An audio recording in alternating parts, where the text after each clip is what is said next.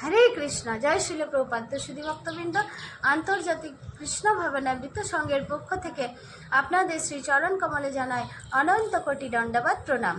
তো আজকে আমি কামদা একাদশীর মহত্ব নিয়ে আলোচনা করব। তো কৃপাপূর্বক আপনারা শ্রবণ করুন এবং আমার ভুল ত্রুটি ক্ষমা সুন্দর দৃষ্টিতে দেখবেন।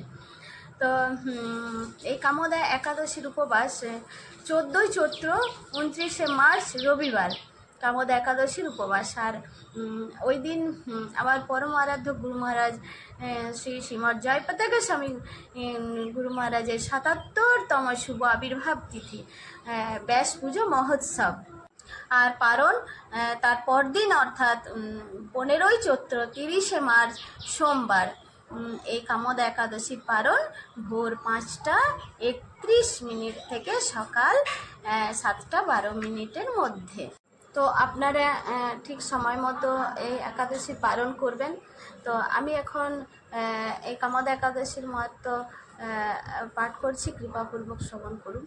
তো এই যে এই চৈত্র মাস, এই চৈত্র মাসের যে শুক্লপক্ষের যে কামদা একাদশীতে এর মাহাত্ম্য কোথায় আছে না, বরাহ পুরাণে বর্ণনা করা হয়েছে যে একদিন মহারাজ যুধিষ্ঠির ভগবান শ্রীকৃষ্ণকে বললেন যে হে বাসুদেব, বাসুদেব আমরা সকলেই জানি কেন কৃষ্ণকে বাসুদেব বলা হয়, যে বসুদেবের পুত্র বলে কৃষ্ণকে বাসুদেব বলা হয়। তো হে বাসুদেব, আপনি কৃপা করে আমার কাছে এই চৈত্র মাসের শুক্লপক্ষের একাদশীর মহিমা কীর্তন করুন।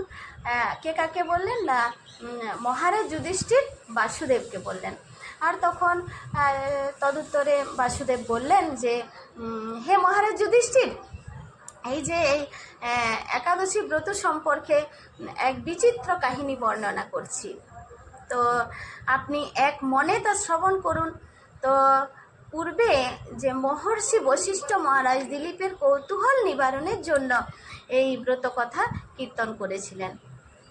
তো ঋষি বশিষ্ঠ বললেন যে হে মহারাজ, এই যে চৈত্র মাসের শুক্লপক্ষের একাদশীর নাম কামদা, আর এই তিথি পাপ নাশক ও পুণ্যদায়িনী।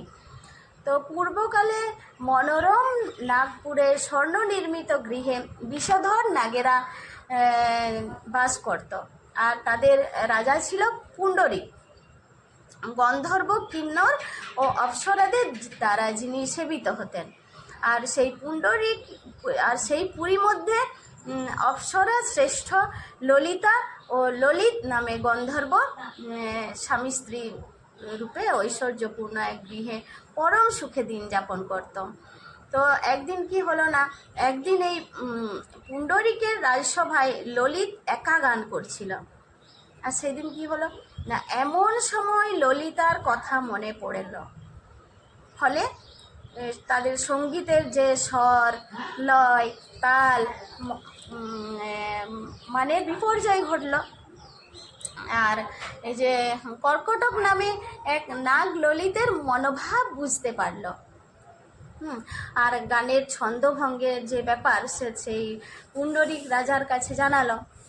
তা শুনে সর্পরাজ ক্রোধ ভরে কামাতুর ললিতকে কি বললেন না, যে রে দুর্মতি, তুমি রাক্ষস হও বলে অভিশাপ দান করলো। আর সঙ্গে সঙ্গে সেই ললিত কি হলো, ভয়ঙ্কর রাক্ষস মূর্তি ধারণ করলো। আর তার হাত 10 যোজন বিস্তৃত, তার মুখ পর্বত গুহা তুল্য, তার চোখ দুটি প্রজ্বলিত আগুনের মতো, আর ঊর্ধ্বে 8 যোজন বিস্তৃত প্রকাণ্ড এক শরীর সে লাভ করলো। কে করলো? ললিত।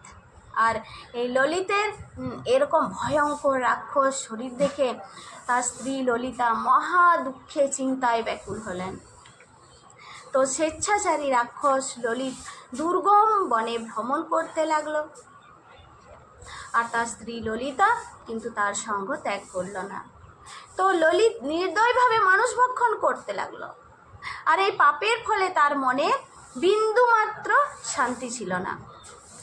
আর পতির এই দুরবস্থা দেখে ব্যথিত চিত্তে কান্না করতে করতে কি ললিতা কি করলেন, গভীর বনে প্রবেশ করল। আর একদিন ললিতা বিন্ধ্য পর্বতে উপস্থিত হলো। আর সেখানে ঋষ্যসিংহ মুনির আশ্রম দর্শন করলেন, আর দর্শন করে সেখানে মুনির কাছে হাজির হলো, আর তার চরণে প্রণাম করে সেখানে দাঁড়িয়ে রইল। তো তখন মুনিবর জিজ্ঞাসা করলেন ঋষ্যসিংহ মুনি যে, হে সুন্দরী, তুমি কে? তুমি কার কন্যা? কি কারণেই বা এই গভীর বনে এসেছ? তা সত্য করে বলো। তো তখন ললিতা তদুত্তরে বলল যে, হে প্রভু, আমি বীরধন্যা গন্ধর্বের কন্যা, আমার নাম ললিতা, আর আমার পতির পিশাচত্ব দূর হয় এমন কোনো উপায় জানবার জন্যই আমি এখানে এসেছি। আর তখন ঋষ্যসিংহ মুনি বললেন যে, এই যে এই চৈত্র মাস, এই চৈত্র মাসে যে শুক্লপক্ষ, সেই শুক্লপক্ষ কামোদা একাদশী যে আছে, তো তুমি সেই ব্রত যথাবিধি পালন করো। আর এই কামোদা একাদশী ব্রতের পুণ্যফল তোমার স্বামীকে অর্পণ করলে তৎক্ষণাৎ তার সমস্ত পাপ বিনষ্ট হবে।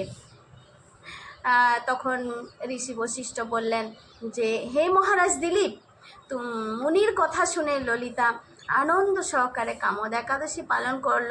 তারপর ব্রাহ্মণ ও বসুদেবের সামনে পতির উদ্ধারের জন্য যে আমি যে এই কামোদা একাদশী ব্রত পালন করেছি, তার সমস্ত ফল আমার পতির উদ্দেশ্যে অর্পণ করলাম, আর এই পুণ্যের প্রভাবে তার পিশাচত্ব দূর হোক। এই কথা উচ্চারণ মাত্রই ললিত কী হলো না, ললিত সাম্মুক্ত হয়ে এক দিব্য দেহ প্রাপ্ত হলো, আর পুনরায় গন্ধর্ব দেহ লাভ করে ললিতার সাথে সে মিলিত হলো। তো তারপরে তারা বিমানে করে গন্ধর্ব লোকে গমন করলো। তো হে মহারাজ দিলীপ, এই ব্রত যত্ন সহকারে সকলেরই পালন করা অবশ্যই কর্তব্য, আর আমাদের সকলেরই এই কামোদা একাদশীর ব্রত বা বাকি একাদশী যে ব্রত আছে সেগুলি পালন করা অবশ্যই কর্তব্য। আর এই কামোদা একাদশীর ব্রত ব্রহ্মা হত্যা পাপ বিনাশক এবং পিশাচত্ব মোচনকারী।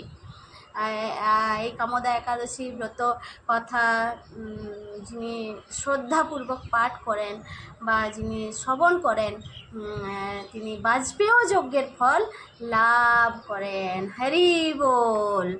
তো শুধু ভক্তবৃন্দ, আপনারাও যত্ন নিষ্ঠা সহকারে এই কামোদা একাদশী ব্রত পালন করুন। কামোদা একাদশী ব্রত কেন, প্রতিটি একাদশী ব্রত যত্ন সহকারে পালন করুন, অন্যকেও এই ব্রত পালনে উৎসাহিত করুন।